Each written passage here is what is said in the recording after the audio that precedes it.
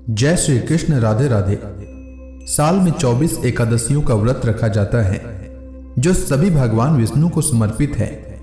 इस दिन उनकी पूजा और उपवास रखने से साधक को पापों से मुक्ति मिलती है, साथ ही जीवन में सुख समृद्धि बनी रहती है।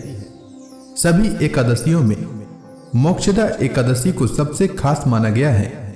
मान्यता है कि मोक्षदा एकादशी का उपवास रखने से व्यक्ति को मृत्यु के बाद मोक्ष की प्राप्ति होती है। इस एकादशी को मौना एकादशी और मौन 11 के नाम से भी जाना जाता है। धार्मिक मान्यता के अनुसार मोक्षदा एकादशी का व्रत करने से जातक को भगवान विष्णु और मां लक्ष्मी की कृपा प्राप्त होती है। पौराणिक कथा के अनुसार द्वापर युग में भगवान श्री कृष्ण ने मोक्षदा एकादशी के दिन अर्जुन को गीता का उपदेश दिया था।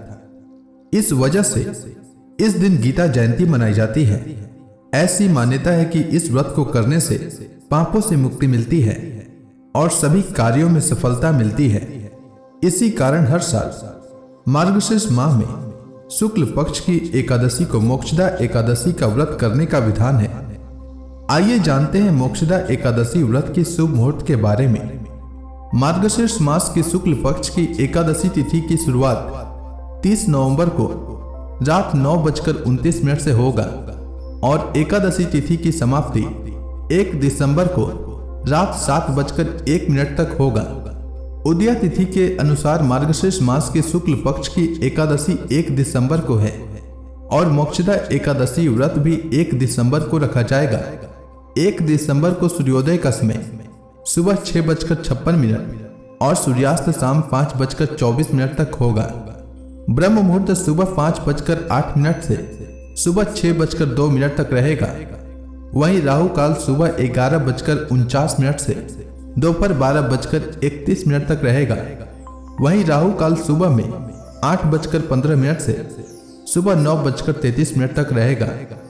अब आइए जानते हैं मोक्षदा एकादशी व्रत पारण का शुभ मुहूर्त के बारे में।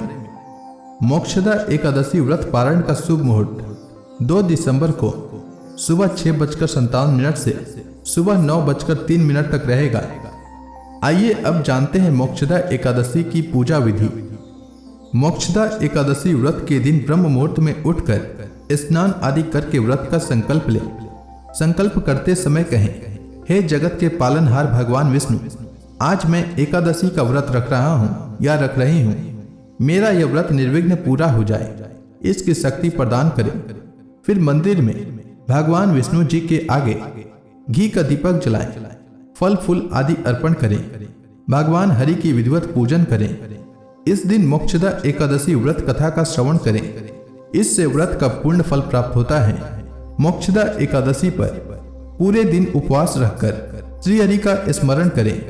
इसके बाद द्वादशी तिथि को प्रातः जल्दी उठकर स्नान करने के बाद फिर से भगवान श्री हरि का पूजन करें।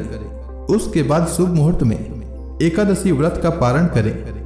इसके अलावा मोक्षदा एकादशी के दिन श्रीमद् भगवत गीता का भी पूजन व आरती करके श्रीमद् भगवत गीता का पाठ अवश्य करें। उम्मीद है आपको मोक्षदा एकादशी व्रत से जुड़ी जानकारी अच्छी लगी होगी। अगर वीडियो अच्छी लगी हो तो इस वीडियो को लाइक करें, साथ ही कमेंट सेक्शन में ओम नमो भगवते वासुदेवाय लिखना न भूलें। धन्यवाद।